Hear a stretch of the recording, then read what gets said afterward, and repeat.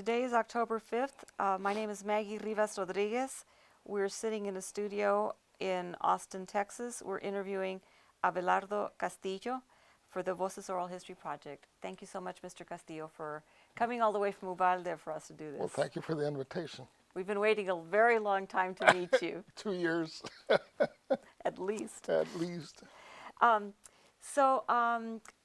You filled up the pre-interview form, and what I'd like to do is start off talking about your childhood, because the main thing that we're going to be looking at is talking about the 1970 walkout in Uvalde. But before we get there, I'd like to know a little bit. You were telling me off camera about your mother, and what a remarkable woman she was. Can you tell me a little bit about her? Would you like for me to start with that? Yes, please. Yeah.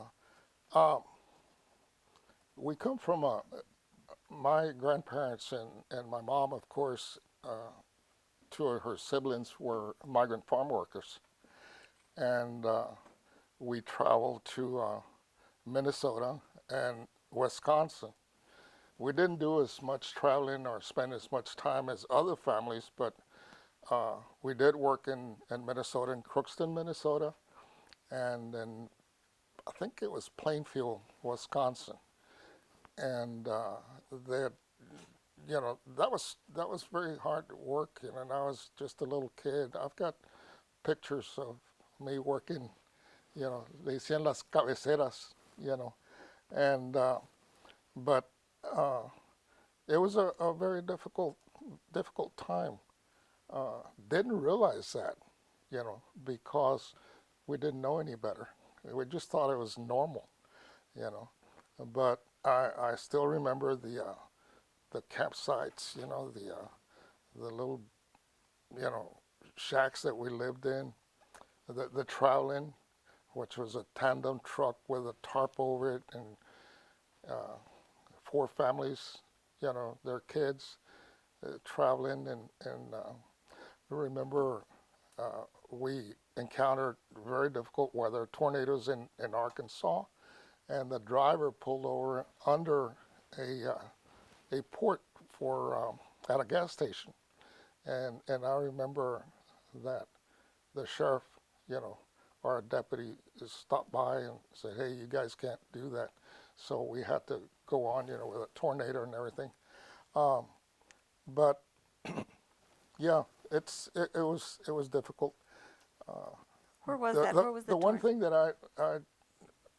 I remember as well, as an adult, I was working for the government on a government contract, and I was given the opportunity to go to Chicago and attend the Saul Alinsky Institute, for community organizing. While I was there, my dear friend and became my brother-in-law from my first marriage, Gabriel Tafoya, he was working for Colorado Migrant Council, and they were in Michigan. And he called Uvalde, and his mother, he asked for me, and his mother said, "Well, he's somewhere in Chicago."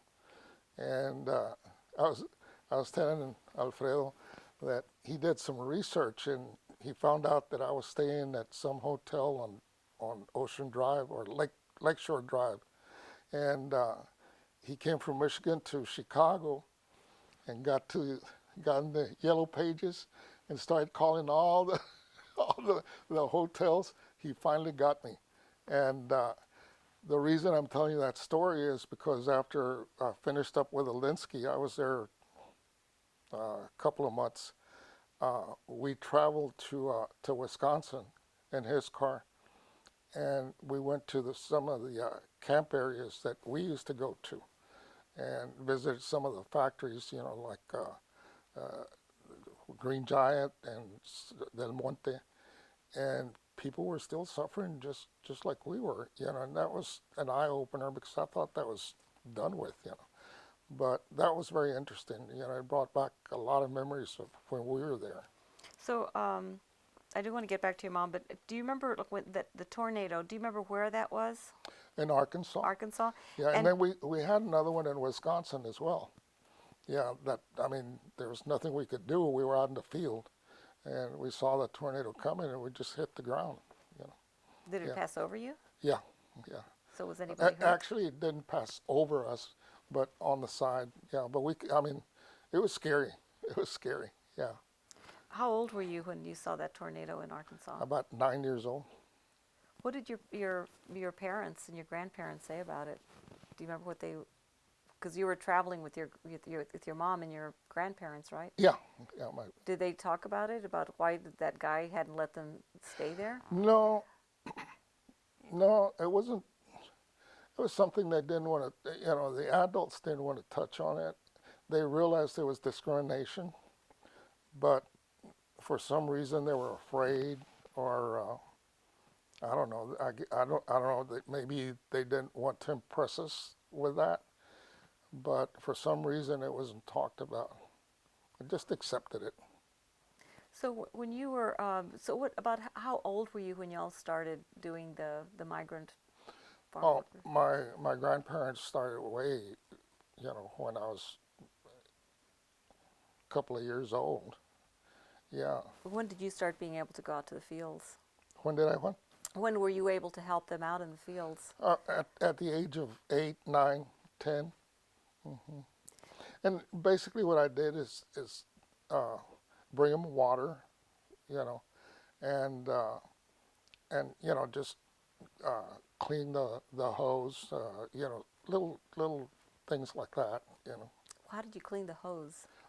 with a file and a knife. Oh, the hose. Yeah. The hose that you would. Okay, I Hmm. was thinking hose like a manguera Oh hose. no, no, no, es los asadones. Okay. Yeah.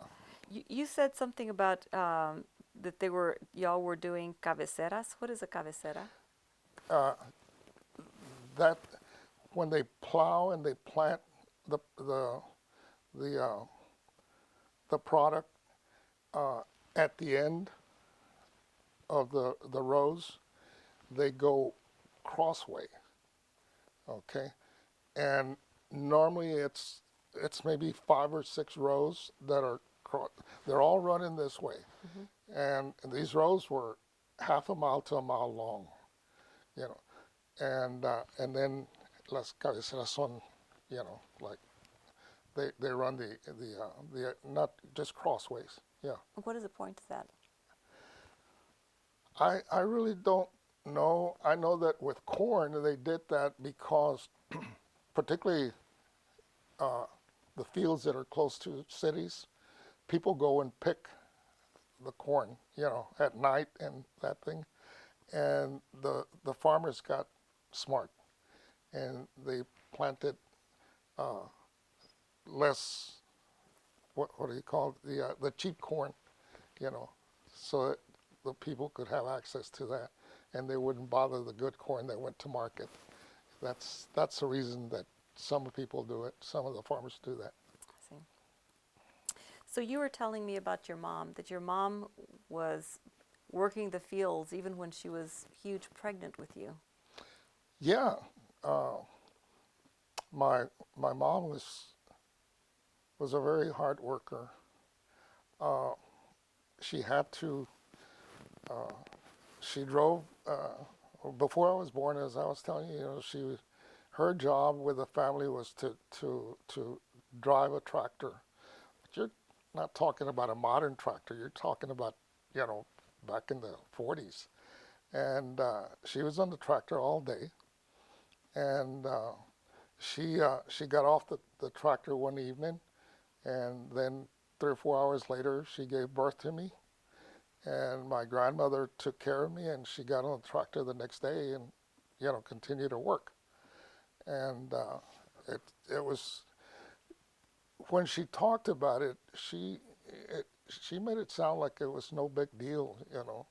But looking back and having gone through, you know, 5 pregnancies with my wife, you know, it's not easy. It's not easy. She did the same thing when my half sister was born as well.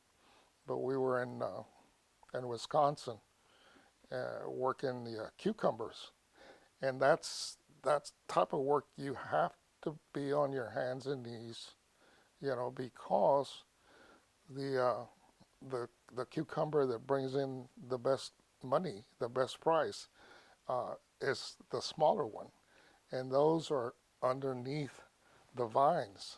They don't get as much sun, so you've got to turn the plant over, pick, and then turn it back, and throw it in the basket, and then drag your basket, and you're on your hands and knees.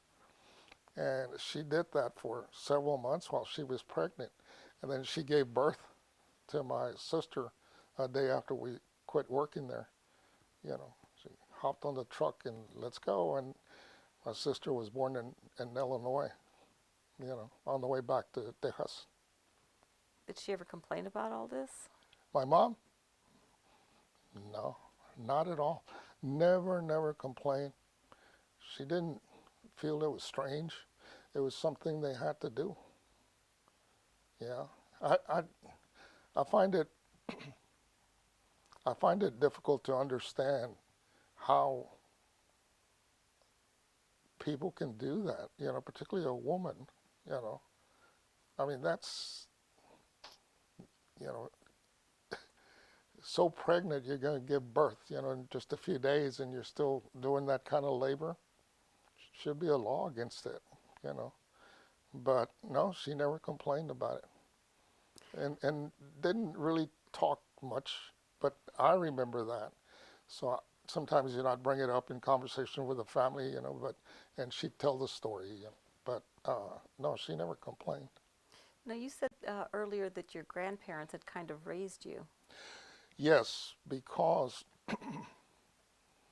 uh, my mom and my biological father were married in Divine.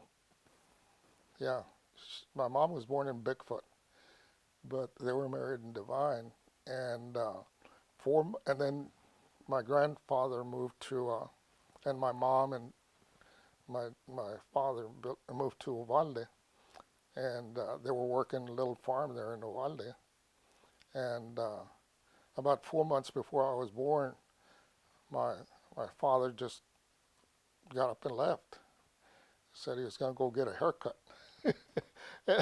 I hear this from my uncle, my mom's brother, youngest brother, but we never saw him. Well, I was born 4 months later, and I never knew anything of it. And of course, my mother was very bitter, so she didn't want to talk about it. And I didn't ask her because, I could understand her feelings. And since I never knew him, I didn't miss him. I never had the urge to uh, look for him or see who he was or anything like that. Luckily, my mother had three brothers that really took care of me, and taught me a lot of things that, I was taught so many things, more so than most kids that have both parents. And they gave a lot of their time raising me, and Like what? so, Like what did they teach you? pardon me, What did they teach you? outdoors. They they taught me. I worked at one of my uncles had owned a gas station. Uh, I learned very early, how to fix cars, and wash cars, and pump gas, and at that time you had full service, you know, and the other one, who just passed away 2 weeks ago, was a very good mechanic, auto mechanic, and so I'd go to his shop and mess things up, but he put up with me and taught me how to do minor stuff. And the other brother, I worked with him.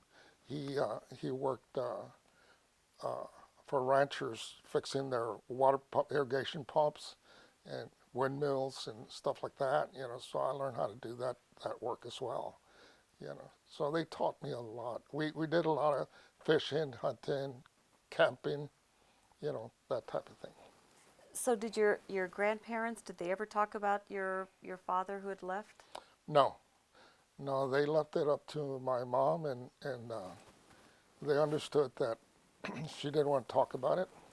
She was very bitter, and I also understood how she felt, and I didn't ask much. You know, when my children were growing up, they asked me, and I went to my mom and asked her a few questions, but immediately I realized she didn't want to talk about it. So How did that shape your thinking about being a parent, growing up with a father who had kind of taken off? yeah, it made me realize how much children need both parents. And if I ever had, through my married life, if I ever had any inclination that I wanted to bail out, I got rid of those thoughts, because of that. And my ex-wife and I got a divorce after 27 years, but we remain good friends. I mean, really good friends. We don't see each other as much, we see each other when we visit the kids, like holidays, but we have a very good relationship. And she's very, very good and very nice to my son, Abelardo. She doesn't have to be, but, you know, Christmas gifts and birthday gifts and all that kind of stuff. She's real nice. We've always maintained a good relationship. So when you were growing up and you'd be traveling as a migrant farm worker, that meant that you probably were starting the school year late. Yeah, we got out early, and then Early meaning what? early, couple of weeks before school was out, and then we came in late. 2 or 3 weeks as well. You know, there were some families that came in later than that, and then there's I've got relatives who after so many years they just decided to stay. Up in the Midwest and Illinois and Michigan and places like that. But my grandfather didn't want to do that, so we always came back. How did that affect your thinking about what kind of aspirations, what kind of hopes and dreams you might have? It it did have sorry, it did have it left a big impression on me.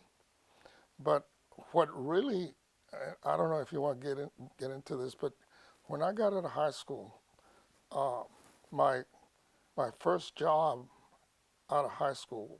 When I was in high school, I did baling hay. I worked at a ranch. I picked cotton. Worked rebote de cebolla, onions, carrots, spinach, all of that, just a picker.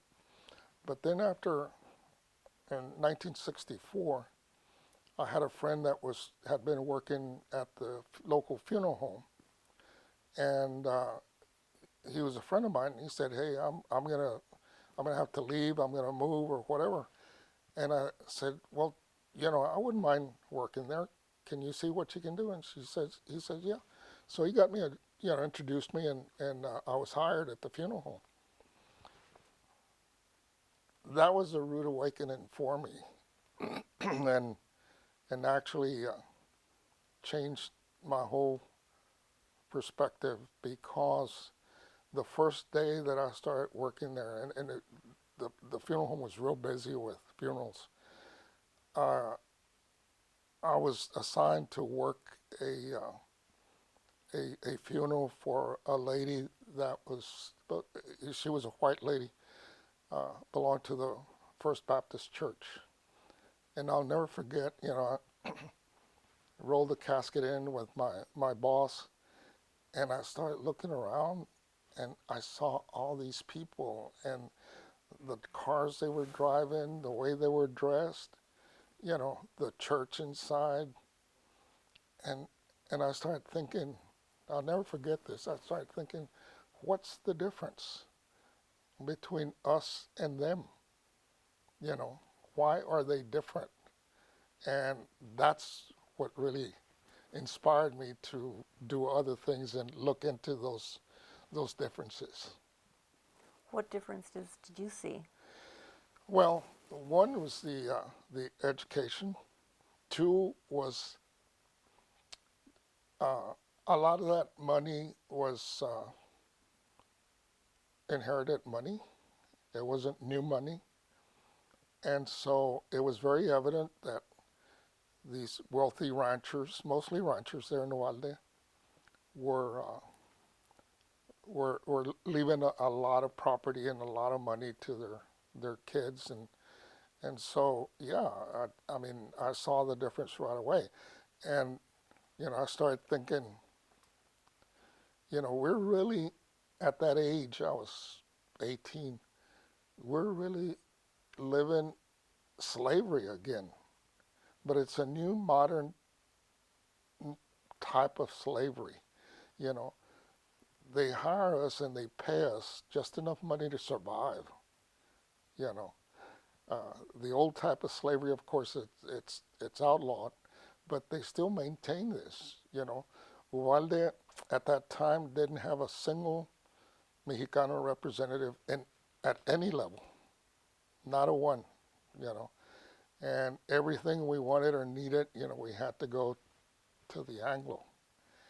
And I remember, you know, kids that went to school with me would go to the bank and get loans for, a Caterpillar, $80,000 and with just signatures. And we couldn't do that, and they'd start their own business and things of that nature. And so that's where my whole thinking started, So what's wrong with this picture? Before that, did you see a difference between the Anglos and the Mexicanos in your Well, town? we had, I had, first of all, the schools were segregated back then. I went to, um, I went to the schools in the Mexican American side of town, and so I didn't have much interaction with the Anglos until I reached uh, the middle school.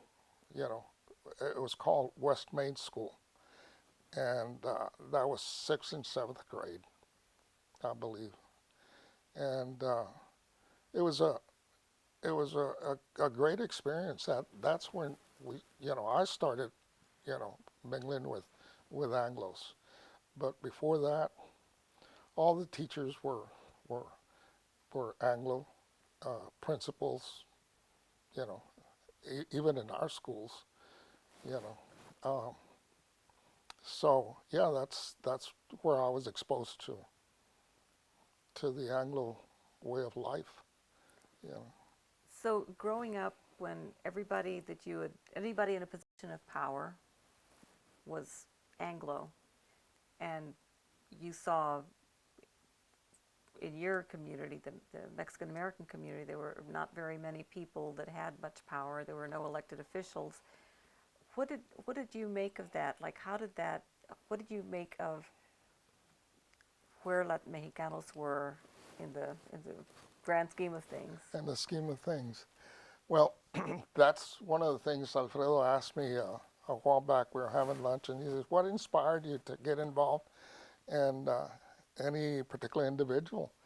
And I said, "No, I've always felt, like if anybody needs help, even when I was in elementary school, there was kids that were bullied, and I would always stand up for them and get in trouble for that. But I thought it was the right thing to do, and so I can't say that any one individual or organization inspired me to get involved. I just saw that the inequality, and I never thought it was right. Uh, After because at that time you're right. I think you mentioned it. There was a handful, maybe three Mexicanos that were the Mexicanos there in town. You know, and they got jobs, and one was an electrician, the other one was and the loan business and restaurant business, and then some other fellows that hung around with them. So that was a little clique. But other than that, we didn't have anyone. And those were the guys that were appointed by the Anglos. Okay, we got to have a Mexicano here, so call so and so and bring him in, and we can show that we have a Mexicano. But that wasn't enough, you know. And then a lot of us, like Alfredo and some of the people that you've interviewed, uh, got together, and then that's where the whole movement started in Uvalde, with the schools, and then running. We had the gentleman that I mentioned that looked for me in Chicago, uh, Gabriel Tafoya. He he had a degree from A&I and was teaching school in Uvalde. And then we decided that he should run for city council. So we went and he filed. And then when the ballots were printed, his name was not on the ballot. So we went and argued, you know, what happened here? And the mayor said, well, we didn't feel that you were qualified, you know. And so luckily enough, that's the lawyer that I went to work for later on. But there's a lawyer in San Antonio, a very good lawyer, Pat Maloney, and he took the case and went through the Court of Civil Appeals and all that, and he won the case, you know, but it was too late. The ballots had already been printed, and the election was going to be, you know, real soon. But, you know, we did win the case, thanks to Mr. Maloney. What year was that? That was like in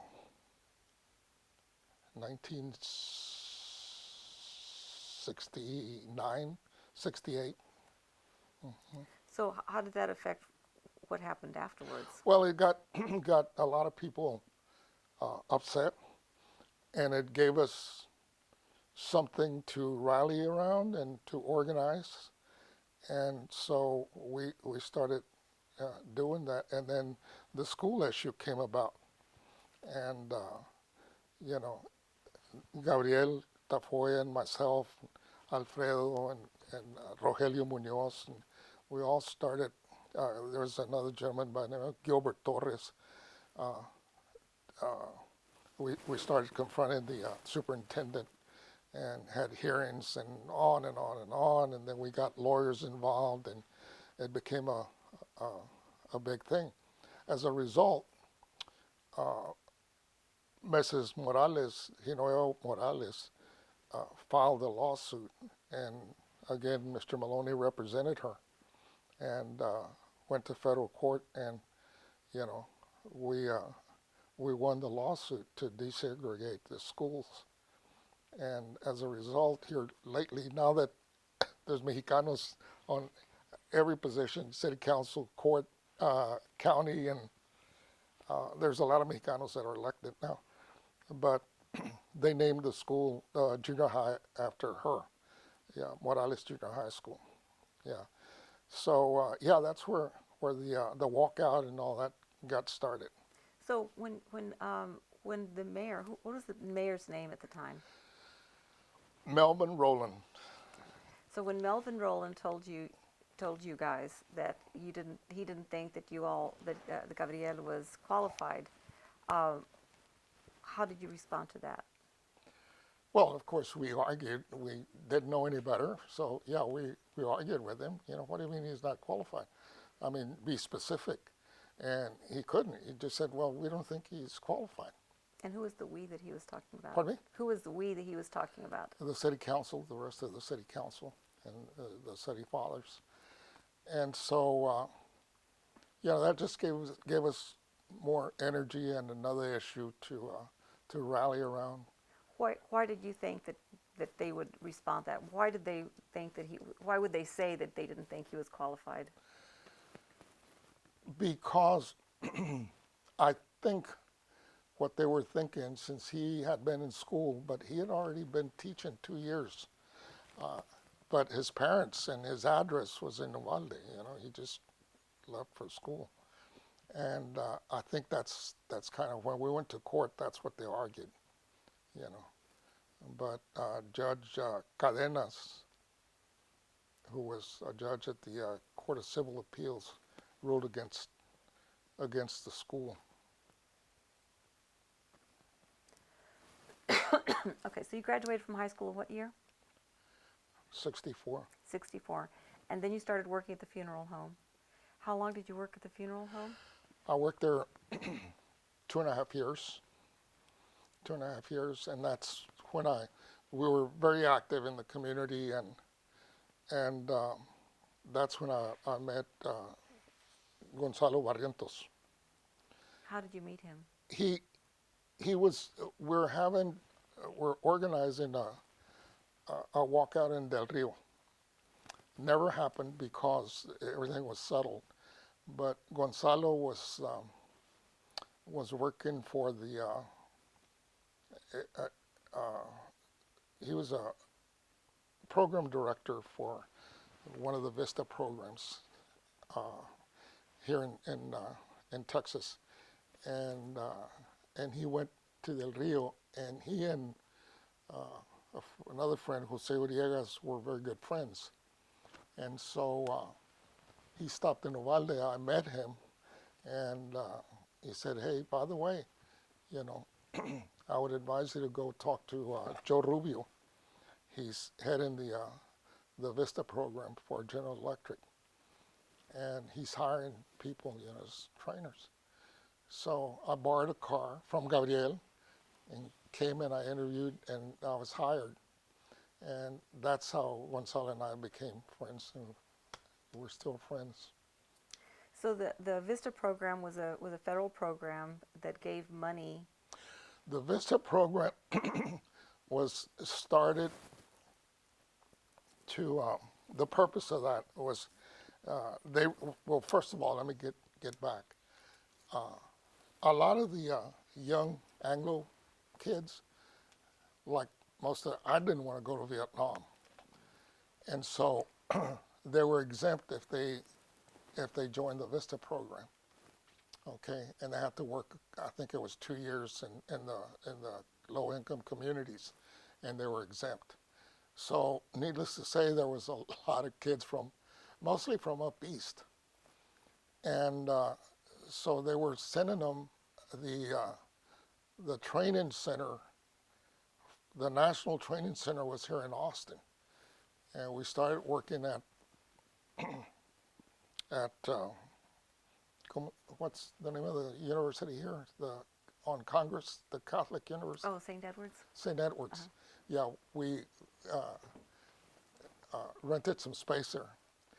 And so anyway, we got a lot of young males and some females that were professionals, either doctors, nurses, teachers, and it was our job to get them ready to work in the communities, low-income areas.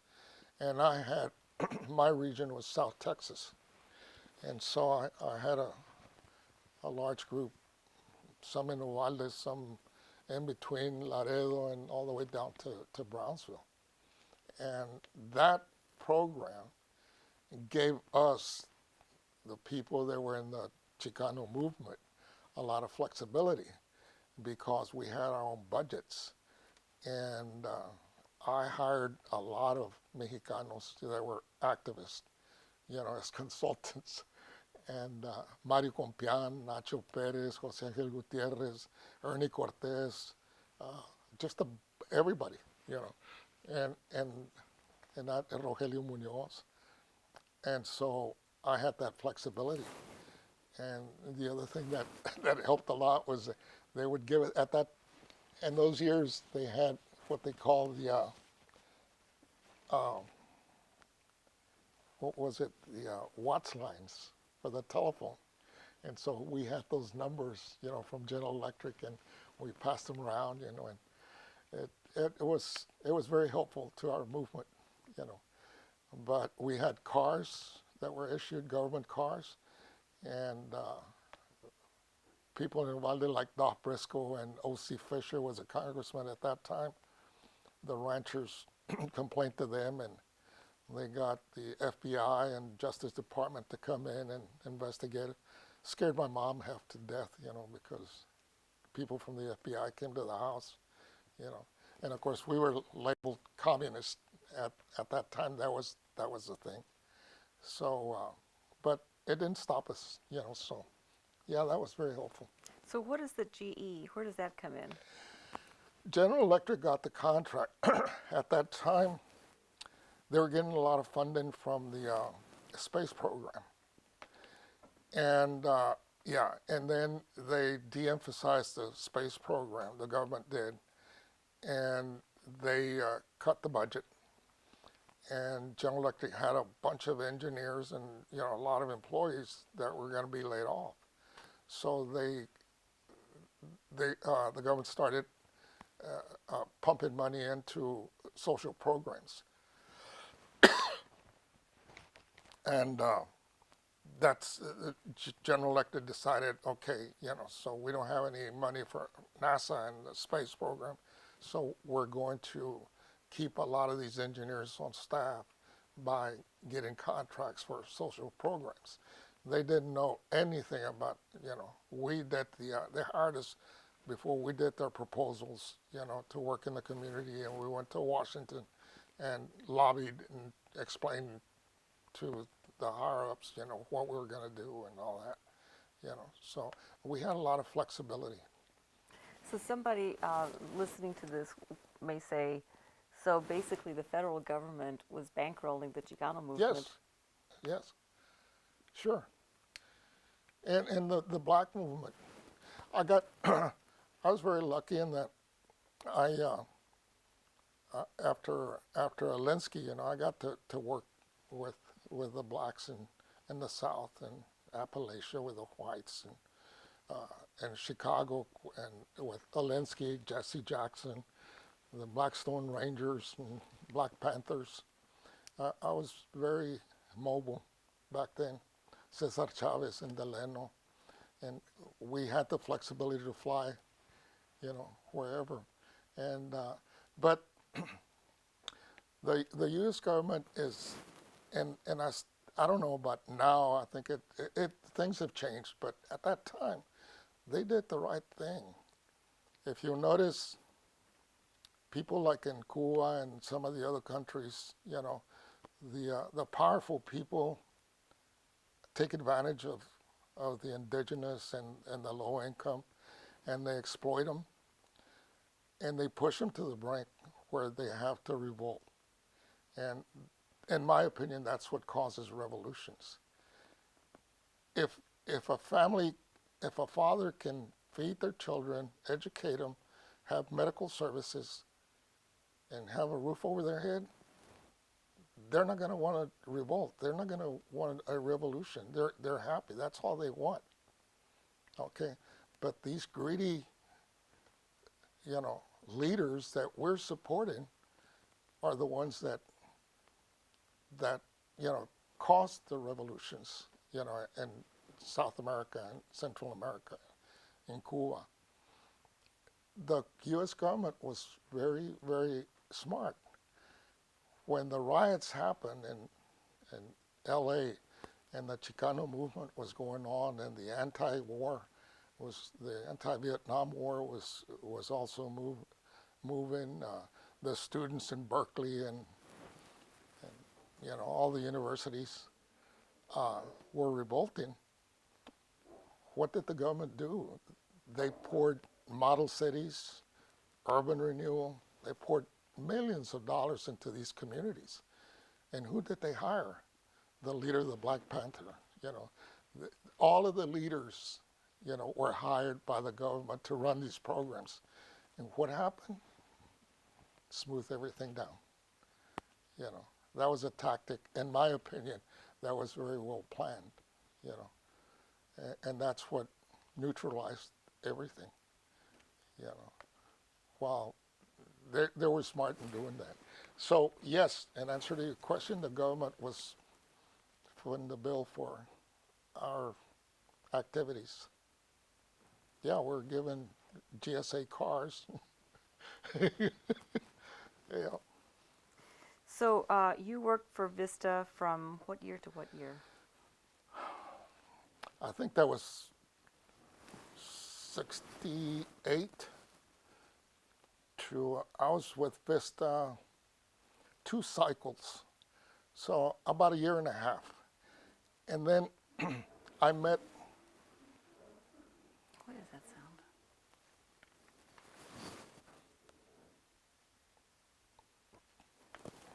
I'm sorry. Go ahead.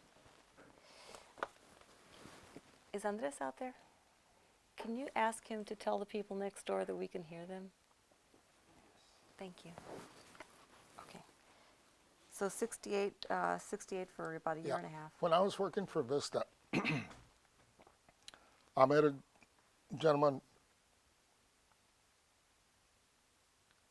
his name was Carlos.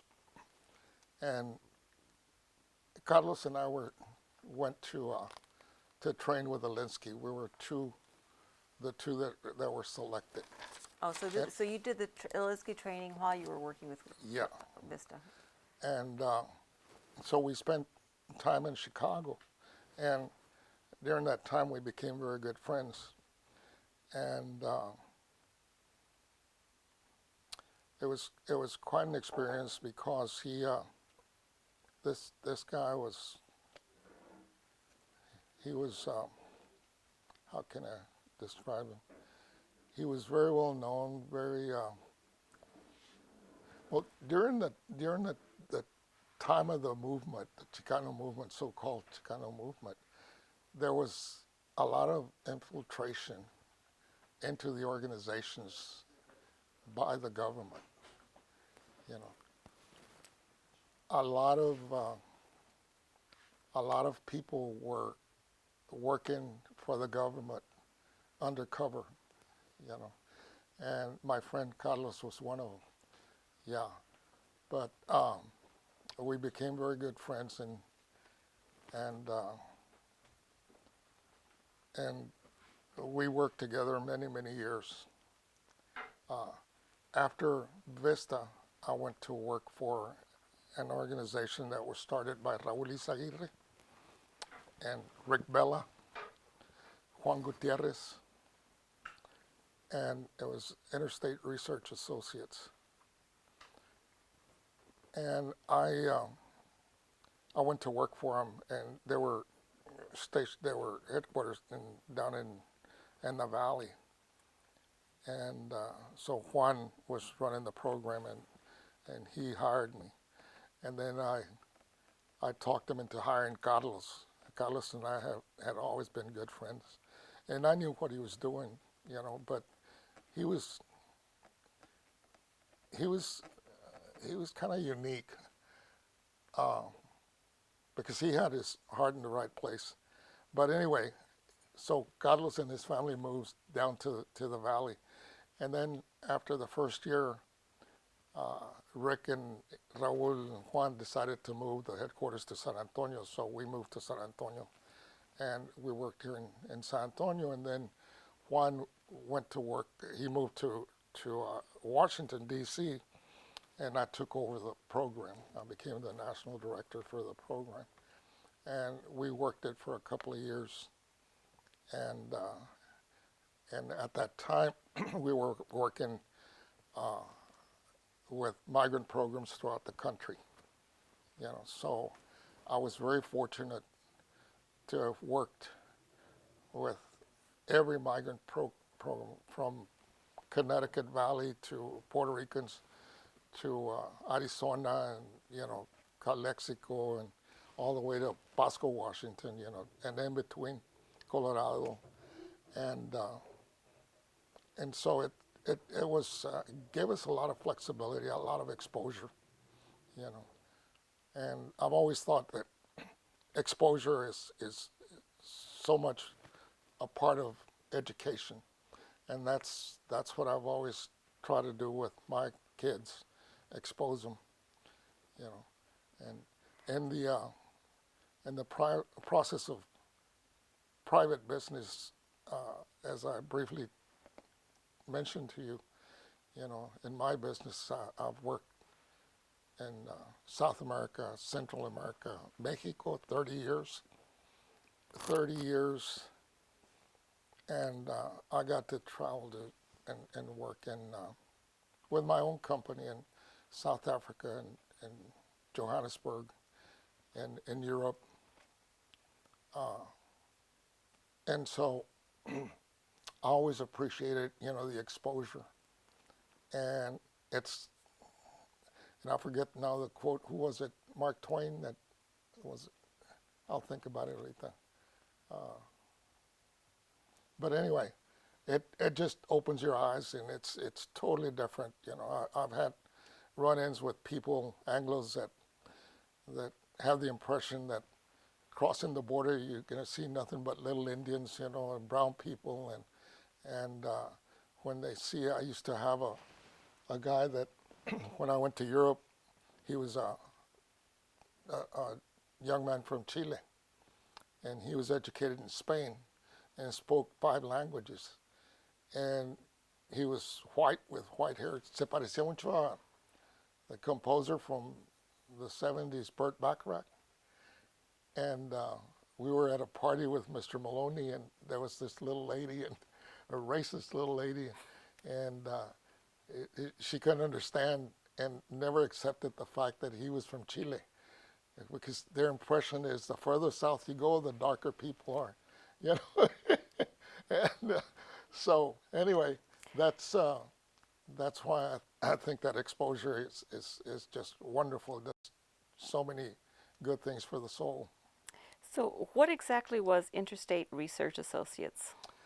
It was a nonprofit organization that contracted with the government to run some of these programs, like work with the migrant farm workers. And basically what we did at that time, the monies that came into the communities, like in Milwaukee or in Chicago, they came into the communities, and the board of directors that control that money had to have certain representation, local government, maybe churches, and then migrants. So many, 51% was supposed to be represented by migrant farm workers. And the programs that were funded were in housing, health, education. And so my job was to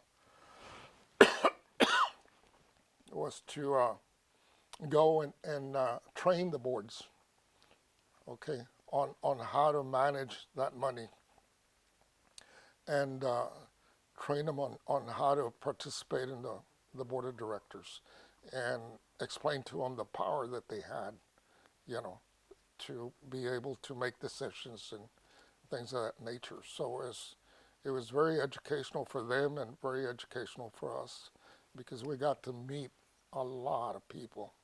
I mean, a lot of people from all over the country. And one of the things that I found kind of interesting is that, like there's pockets, like in Wisconsin and Milwaukee, there's a lot of people from the valley, in California and Gilroy, a lot of Del Rio and Uvalde people, and little pockets like that, and Pasco, Washington, people from the valley as well, and it was just very interesting. So yeah, it was quite an education for me. So, maybe I asked this already, but I forget. How long did you work with Interstate Associates? Hmm? How long did you work with Interstate Research Associates? I think 2.5 years. So, about what years would those have been? I'm sorry? What years would that have been? I think it was like 69 to 71. Okay. So during that time, you were living in here San in Antonio. In San Antonio. Okay. Mm-hmm. You had well, a couple of things. You weren't drafted. Is that because you were part of Vista? You were in Vista? No. I was employed by General Electric. I wasn't part of Vista. Oh, I see. And I see. I was drafted, okay? And actually, the day before I was supposed to ship out to Vietnam, I didn't want to go. Okay, and I made no bones about it. I didn't hide it. I didn't believe in the war. I didn't believe it was fighting for our freedom, as a lot of people didn't believe any of that. Okay, and I saw beyond what was going on, and at the time I didn't really know whether I was right, but in my mind, I thought I was right.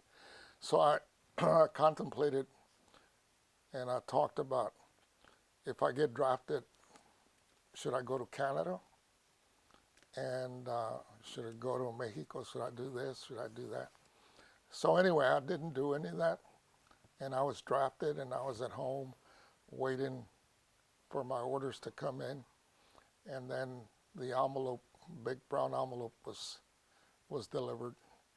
And it was an honorable discharge because I was the only male in the family. And I shouldn't have been drafted, you know. But in those days, I don't know if you ever talked about it, the draft boards were very, that's who controlled. En Uvalde había una señora, there was a lady, her name was Ruth Webb, and she was an old maid, and she controlled the draft board. Okay, she determined who went and who stayed, and in Uvalde, 99% of the kids that died were friends of mine, and I knew all of them, and they were all Mexicanos, and the Anglo kids, well, his dad works at a farm and he needs them, and ranchers and all that, so they all had exemptions. But the Mexicanos all went, and some of them volunteered because that was the thing to do. Others were drafted. So anyway, the day before, I had everything ready, and my discharge orders were delivered. So I didn't go.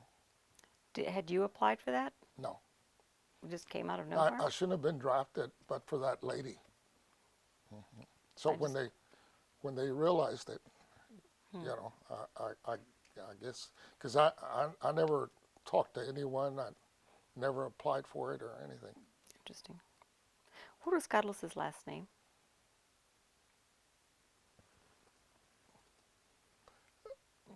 Mira, edit this out.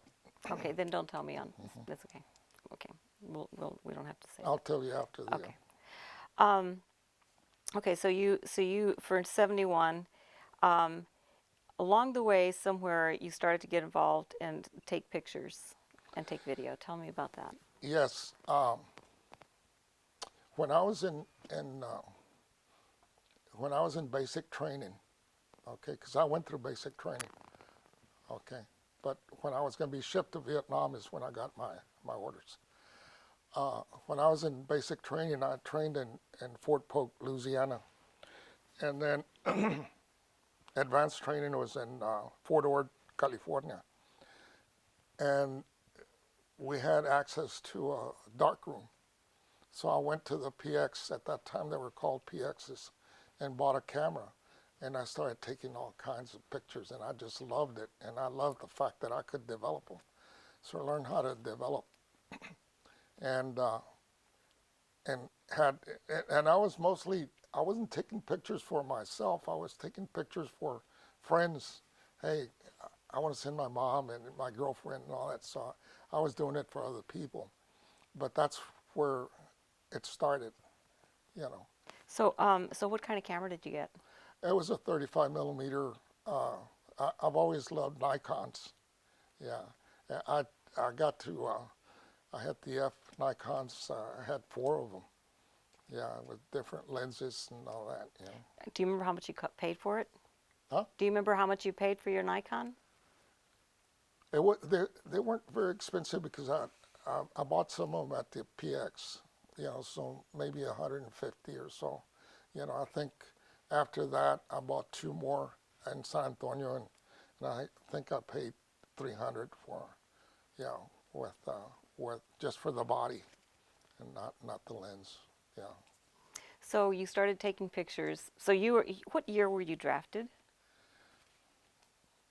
And gosh, I want to say 67, 68, but I don't remember because that part of my life I've kind of blacked out. You know, that's how bad. I mean, I was so upset because my friends were dying, and I knew that it was useless, worthless. You know, it was all political, and in my heart, I knew that we weren't going to accomplish anything. You know, so as a result, I kind of blocked it out. But it was in the late '60s. So when you got that big brown envelope, how did you feel then?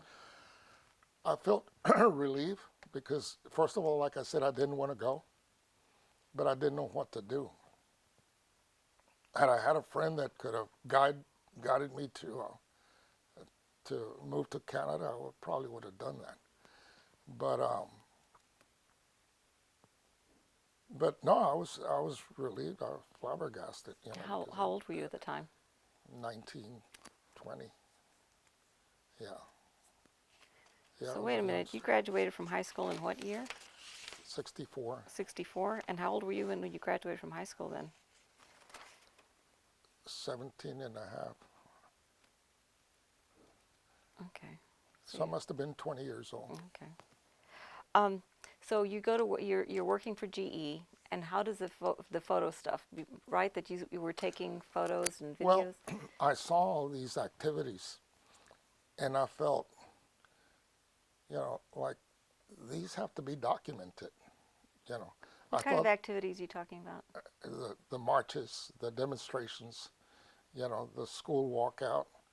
Uh, we there was it was funny because we didn't have faxes, we didn't have email. It was just a landline. But for example, something was happening in Colorado with Crusades for Justice. Corky Gonzalez and Narciso Aleman would call Gabriel, and Gabriel would pass the word around. And in no time, we had 30, 40 people, that were willing to travel, and that happened all over the country. And so word of mouth was very popular. But that's when I started thinking, this is important, and I did as much as I could. So when I was still with General Electric, I went and with the budget, part of the budget, I bought the camera. As a matter of fact, there used to be a photo company right here on Guadalupe and, 15th? Across from the Pizza Hut. Studers or anyway, that's where I bought the camera. What kind of camera was it? That 8 millimeter. It was a Super 8. Do you remember what the brand was? Yeah, the film. Yeah, because I wanted to migrate from stills to movies. So how did you learn how to use it? Just practice, despite of my shortcomings, I'm a fast learner, and as a matter, another part of my life, I did. Are you familiar with Jimmy Santiago Baca, I know the the name. poet? Yeah, yeah, yeah. Yeah, he's a friend of mine. I worked with him for a short period, but I also did work for Steven Spielberg. What did you do for And them? he was real nice and allowed me to take my family to his studios, and show them around and all that. So, but all because of the movies and that kind of stuff. I was always interested in that. So you were documenting not just because you documented in 1970 the Uvalde walkout, right? Mm-hmm. You documented other things besides that. Yes, and there's some other film that I have no idea, because of my second divorce, I lost a lot of memorabilia. yeah. But yeah, the farm workers, Cesar Chavez and Deleno, uh, farm workers in Batesville, south of Uvalde, uh, down in the valley. Some of the court proceedings that we had, uh, people were getting arrested for demonstrating and protesting. And we were very lucky in that we had two attorneys that came to our aid. One was Warren Burnett from Odessa, and his sidekick was an attorney by the name of Rocha from El Paso. And they came and they represented a lot of our friends, in local courts. And then for the big representation, we also had Pat Maloney, who's a very qualified attorney. Passed away already. I think Warren Burnett is gone as well. But they they were there when we needed them. So So I wanted to document all that también, why was and that, I did. why was that important to document it? Pardon me? Why was that important to document? I just felt that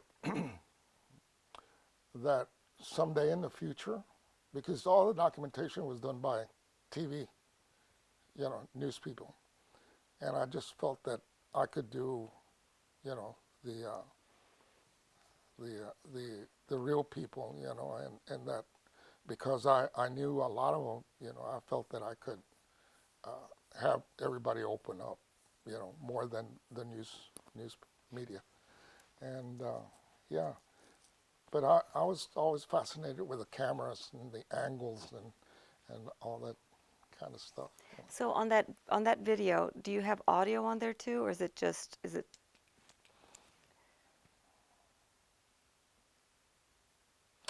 I don't I don't remember. I really don't. I think I think I don't think that technology existed Yeah. yet. So tell me about some of the memorable things that you did document with your video. Well, mostly mostly the walkout, the Texas Rangers. You know, that was very important. What, Some of the meetings that we had at the church, and I think when I was allowed to, like some of the school board meetings, they didn't want any cameras in there or recorders. So I don't remember. It's been such a long time ago. But yeah, I don't remember. so what was the role of the Texas Rangers in all of this? Well, they were brought in to to keep the peace and to intimidate. They were very intimidating.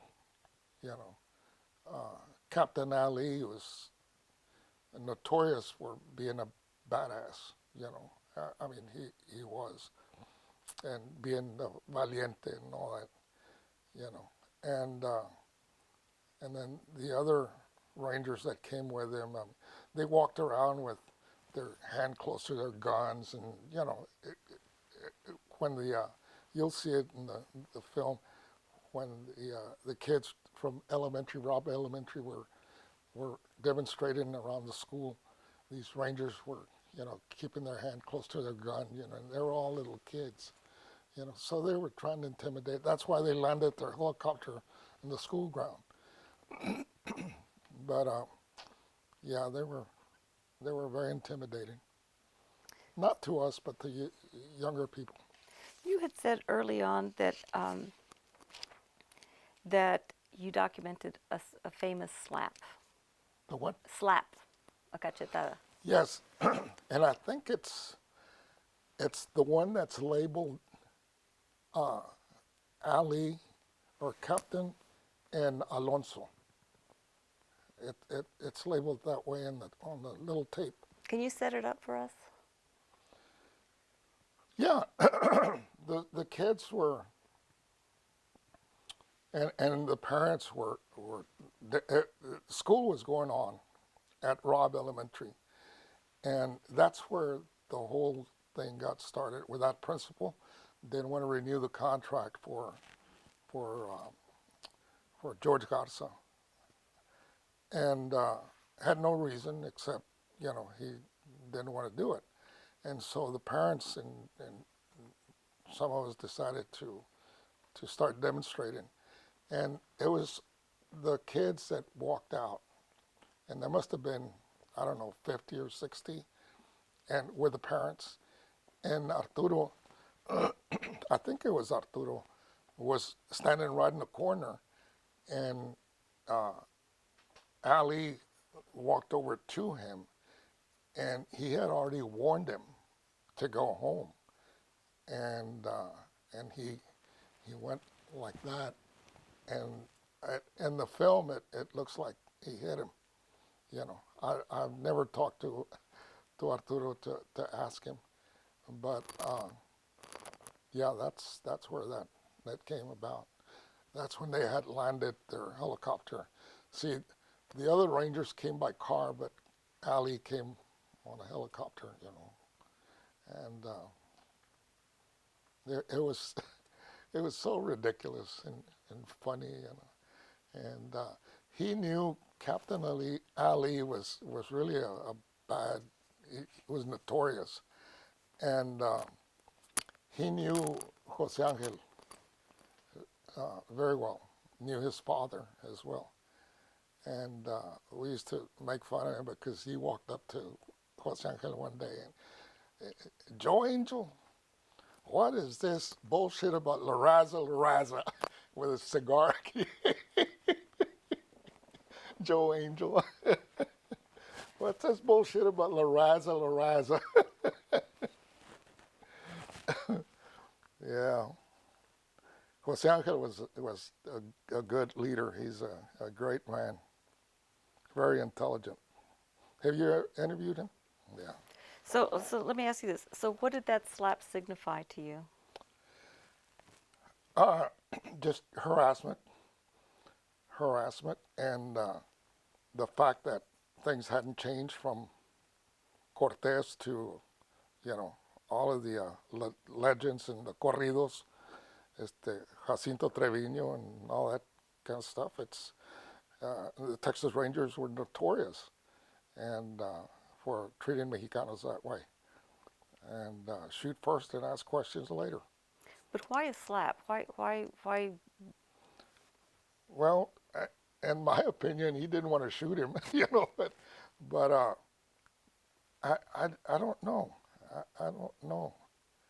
Um, I guess he wanted to prove authority, strength, and intimidation, because he was older than the kids that were marching.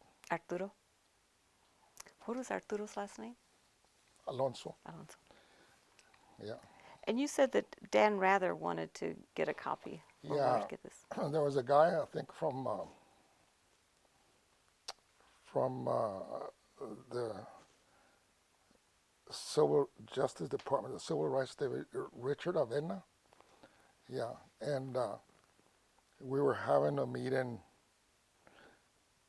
and Richard was there, and Dan Rather was in town, and aquí in San Antonio. I mean, this is Austin, in San Antonio, and so he met with me, and he wanted that particular film, but they wanted me to sign it over to them, give them all, and no, and I wasn't planning on doing anything with it, but I decided not to do it. So what were your plans for these videos that you were shooting? What was my? What were your plans for this video? Because you were shooting all these, I think we have 12 of the small Super 8s and then 2 of the larger Super 8 reels. What were you planning on doing with that? I think at one time, if I remember correctly, I just thought maybe in the future we could do a documentary, the history of the walkout and the Chicano movement. What And do you I felt that could be a part of it. Mm-hmm. Gabriel Tafue and I discussed that and we had a lot of plans for that. And then I was inspired even further when the last time that I spoke to my friend Amancio Chapa down in the valley, and he and I worked together also when we were with IRA, Interstate Research, con Juan Gutierrez and Raúl Izaguirre. Um,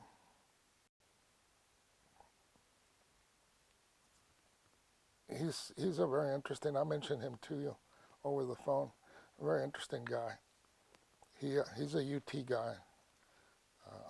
Got a degree in psychology. Yeah. He was talking about putting some things together, writing a book, and I think I mentioned to him that I had these films, and but that was the end of it. You know, I never heard from him. Amancio Chapa? Okay. Yeah, he was originally from La Jolla, uh, down in the valley, and I think he lives in Mission now, retired. His wife, UT student también, she's a pharmacist, retired. Yeah. So how did you become aware of the walkout? Okay. Yeah, what happened is that in those days we were in touch and we lived, you know, organizing. We lived attending. We came to marches here against the war. There was a large demonstration supporting the union workers at a furniture store here years ago. Well, Economy we were here. furniture strike. Yeah. As a matter of fact, when I was living here before I moved to Uvalde, uh, the American Statesman, the newspaper, yeah, had a photograph of people marching back then. They just, it was like anniversary or whatever. And the there's Gabriel Tafoya, my friend. I'm right next to him. Uh, I, I, they didn't get my face, but I was, you know, right next to him, and so yeah, we participated and supported different communities. Anybody that needed support, you know, would be there, and if we could help them organize, we did, and if not, we just lended a hand. You know, we just participated. Hmm. Yeah. So where do you place the Uvalde school walkout within what else was going on with Mexican Americans in the Southwest? Well, it was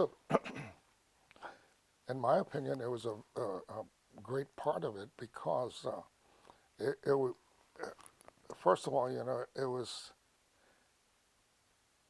very well publicized, and that walkout developed into Jose Angel Gutierrez. Of course, that also kicked off the Mayo organization, the Mexican American Youth Organization in San Antonio with Mario Compian and Nacho Perez and those guys.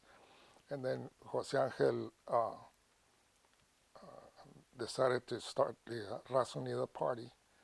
And, you know, a lot of people see that as being a tragedy and unsuccessful. I see it as a very successful thing because, you know, a lot of people were motivated, and a lot of people saw that things could be done. And we had some bad luck with Ramsey and some of the candidates, but nonetheless, it was done. We're on the ballot, you know, and that was sufficient for me.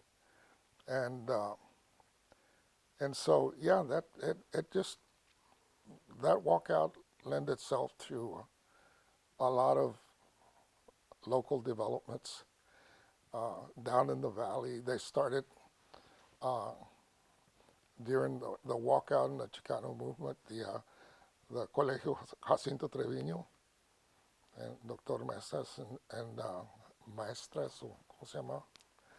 Um, yeah, and had you ever heard of Narciso Alemán? Very intelligent guy. He was another Jose Angel Gutierrez. Yeah. Este, he was married to Corky Gonzalez's daughter, de Colorado. You familiar with Corky Gonzalez, verdad? And I think they finally divorced. And he's in Madison, Wisconsin. He became a lawyer, practices law. I haven't seen him in a long time, but we're good friends. And we used to travel down to the valley and con Jacinto Treviño, the colegio, and you know, attended some farm worker organizations and spoke and just did whatever we could to encourage people to stand up and fight for their rights. Mm-hmm. So is that what you think the legacy of the Uvalde walkout is, that people were encouraged to stand up for their rights? Yes. Now you have to understand that we didn't have 100% support from the community, the Mexican American community. There was a lot of people that opposed what we were doing, and it was the old timers, the ones that really, I mean, to put it bluntly, the ones that bowed down to the Anglos, And the one thing that we heard the most was, yeah, guys, we need this and we need that, but you're going about it the wrong way. You're going about it the wrong way. Oh, what is your way? Why haven't you done it? Yeah. So they were very, very quick to criticize. Not so much to our face, but behind the backs, yeah. And so half of the community, it was all divided. And even today, Maggie, today, you talk about that, and I have my son has a teacher whose parents lived in Crystal City, and they're so bitter about what Jose Angel and the people did there, todavía hasta ahorita. So yeah, there was a lot of division in the community. But the one thing that I always tell people when they bring it up is, the ones that took advantage of the sacrifice that we did for those people that we call the sellouts. When the jobs and the positions started opening, they were the first ones in line. And of course they were hired because, yeah, they're Mexican, but they're not like those guys. They're the good guys. Because they do what we tell them. And so, yeah, there's a lot of Mexicanos that hold positions now, and it started right after that. You know, we sacrificed and they took advantage of it, but that's okay. I don't think any of us, like I never aspired to hold office or to run for office. That wasn't my purpose, or that wasn't my goal. But like I said, a lot of people that were criticizing us were the ones that took advantage of it. Of course, they'll never admit it, never appreciate it, but we know, I know. Yeah. So, yeah, there was a lot of changes. What were those changes? Hmm? What were those changes? Well, the changes were that we had Mexicanos that were mayor, city council, todo. Ahorita, there's Mexicanos, la escuela, the school, it's what, 95% Mexicano now. All the administrators, most of the school board members. We didn't have a single one. We had, when I was in elementary school, we had one Mexicana teacher. And she was a bitch, con los Mexicanos. And punished us because we spoke Spanish, And I mean, yeah, I remember getting hit, raise your pants, and I got smacked, and They would hit you on the calves. oh yeah, yeah, and that was a Mexicana doing that, and she loved doing it in front of the the white people. Like she's not prejudiced, she's equal. But éramos puros mexicanos en la escuela. It was all Mexicans. I got punished for looking out the window by an Anglo coach, and that was in high school. And they had a baseball bat, and they they cut it, and they left about an inch, like a paddle, and then drilled holes, and wham, and that was painful, just for looking out the window, and it was horrible. Well, they don't do that anymore, but like I said, the school board, the teachers, the superintendent right now is uh, is Anglo, but his father, spent years in the school district as a superintendent, as a teacher, as a real nice fellow. His father, I don't know the guy that's a superintendent now, his son, but his father was real nice, John Harrell, and but everybody else is Mexicano, you know.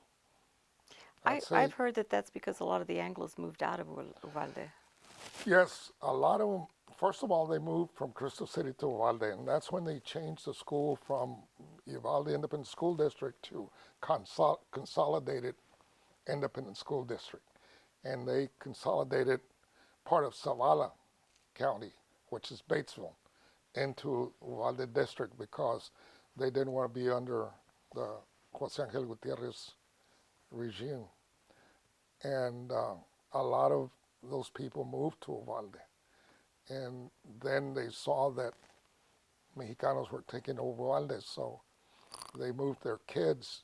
There's very few young Anglos, but the ones that remain, they have their kids and grandkids going to school in Kinipa, which is a very uh, high academically qualified school. I don't know if you know anything about them. Yeah, I think they were rated number one in the state of Texas academically, but population, the little town is maybe 800. So a lot of them, drive. It's only 9 or 10 miles, So but yeah, a lot of them have left the school there. Hmm. How do you feel about that? Hmm? How do you feel about that? Well, I think about it, and I say it only proves how these people think, because the system is is good. There's been a lot of qualified people that have graduated from school that have been very successful. Well, you saw Rogelio Muñoz's kids. They went to that school, but it's mostly a racial. Uvalde is still divided between the whites and the Mexicanos. It's still divided. It's not talked about, but the division is there. I had forgotten because I spent 30 years outside. I would just drive in to visit my mom, in and out, and and basically, the divisions are there. You can tell. You know, the old uh, white guys. I was at the drugstore when the drugstore was still. My mother-in-law, Gladys' mom, owned a ladies' apparel store, ready to wear, and she'd worked for a gentleman out of San Antonio for, I don't know, 30 years, and then he retired and she took over the store, and it was right across the drugstore, and they had a little counter bar, like sold sandwiches and milkshakes and stuff like that, and they had a booth, a couple of booths, And I was sitting in one, and there was these three Anglo local guys, and I knew all three of them. Got to meet a lot of Anglos when I was working at the funeral, but they were still referring to Warren Moon, the quarterback, the Los Oilers, as Tar Baby because he was black, you know, and in their conversation, and it like it's nothing, you know. And I met a guy whose wife is a veterinarian there, and he works in the oil business, and they bought an old ranch, the old porque been there forever, and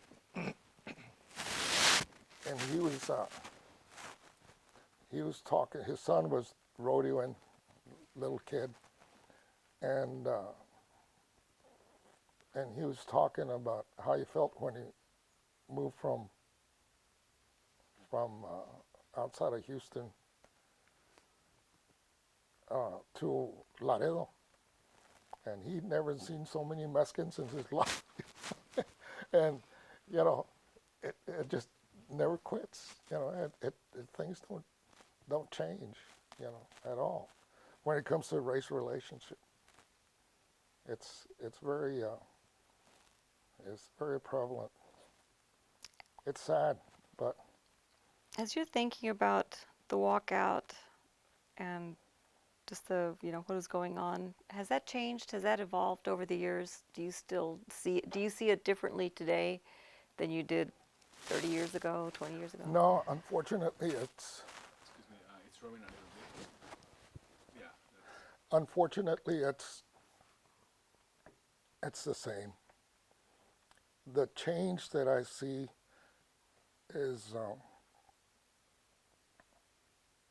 just basically that a lot more Mexicanos are in public office, you know, either elected or hired, you know. But other than that, no. And I don't feel the same way now that I did then, maybe because of my age, but in a way I kind of feel that I've done my part, you know, and now it's time for other young people to do theirs.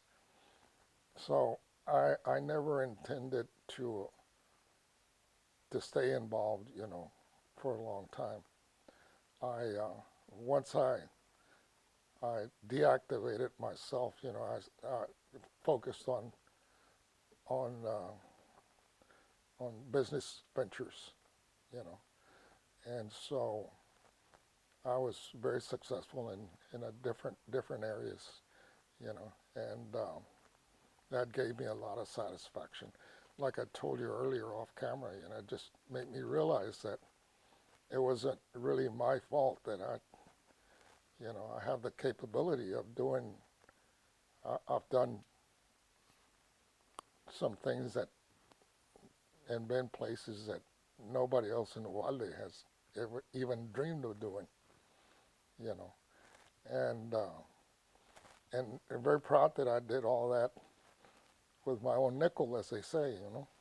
I didn't have grants or loans or anything, you know, and so yeah.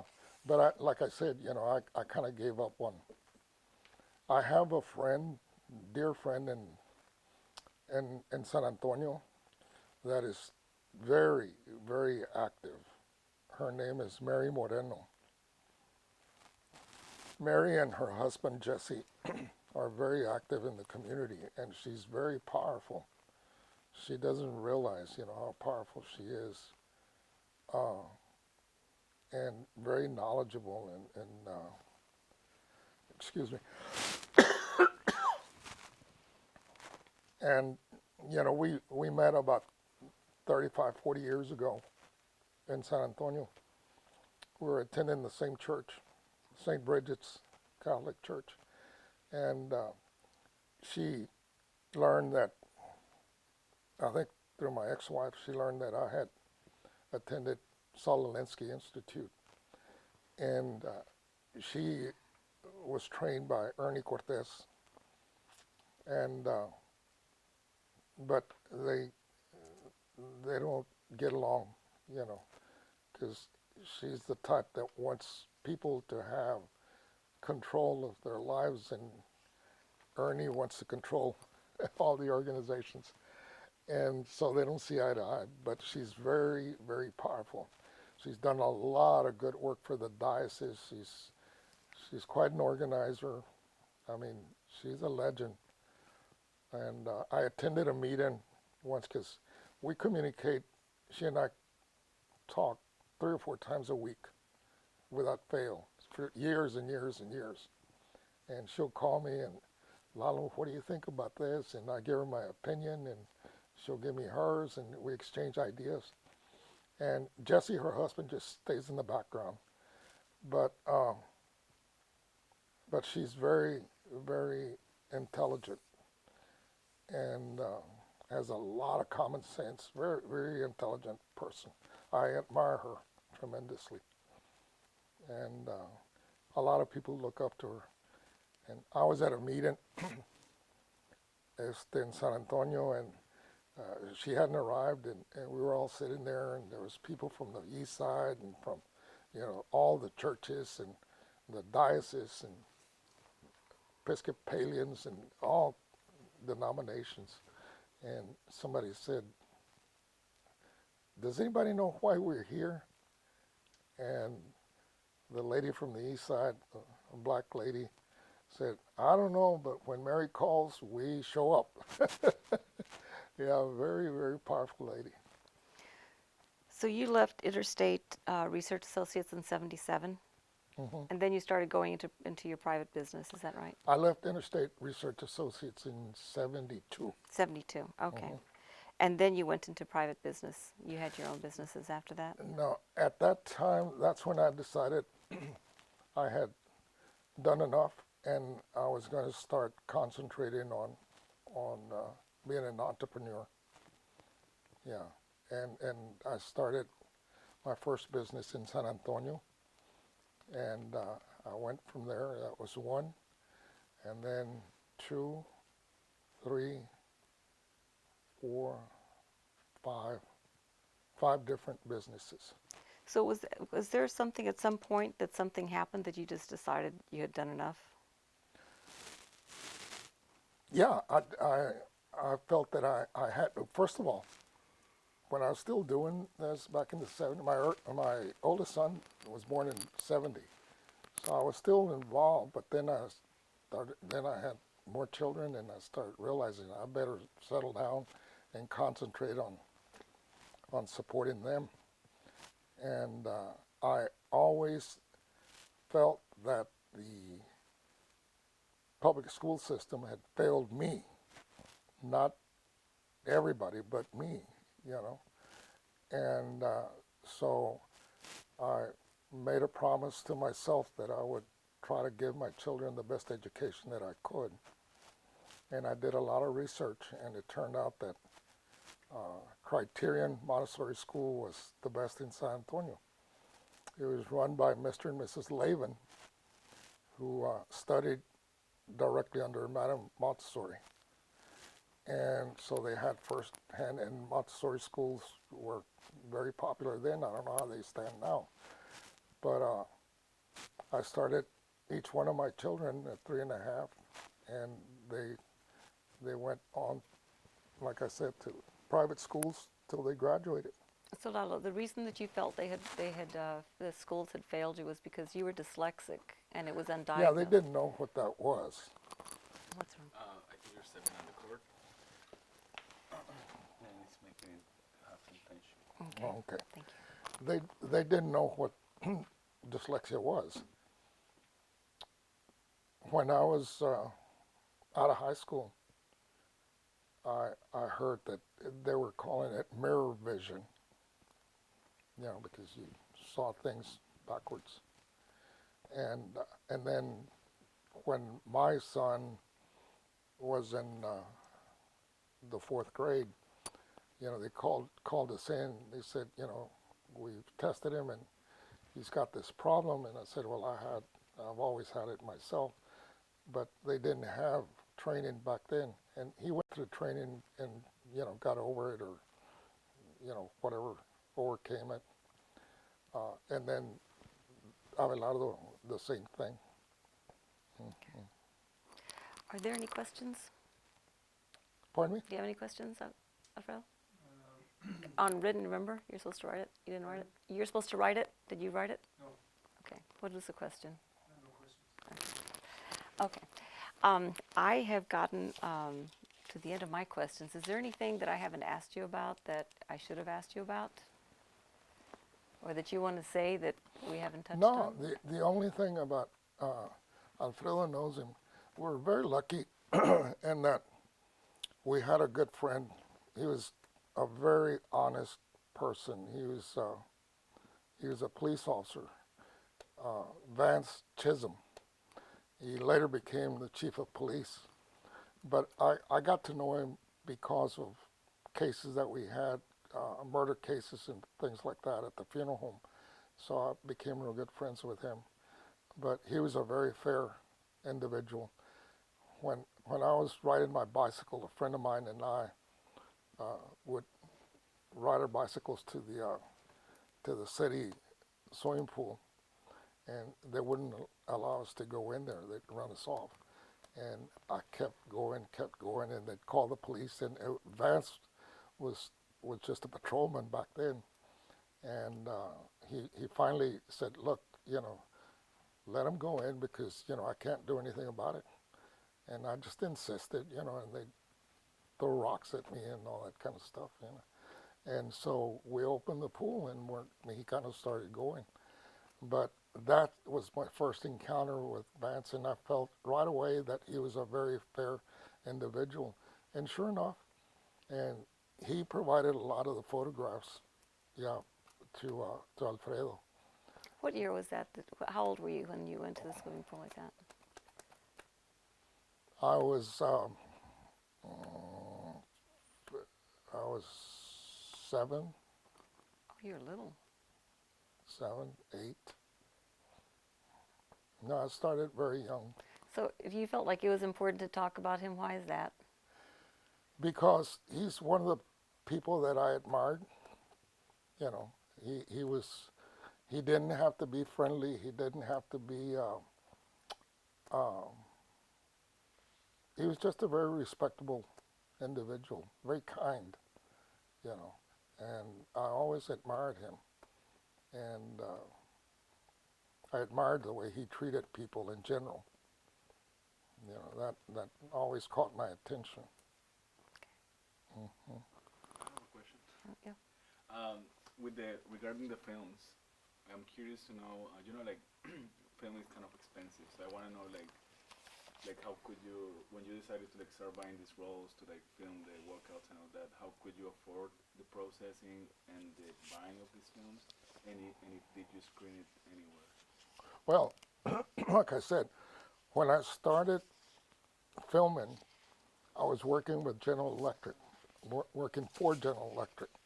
And General Electric had a government contract. So it was all, that kind of money and I was earning a good salary as well. Very good salary for the time. Did you screen those films anywhere?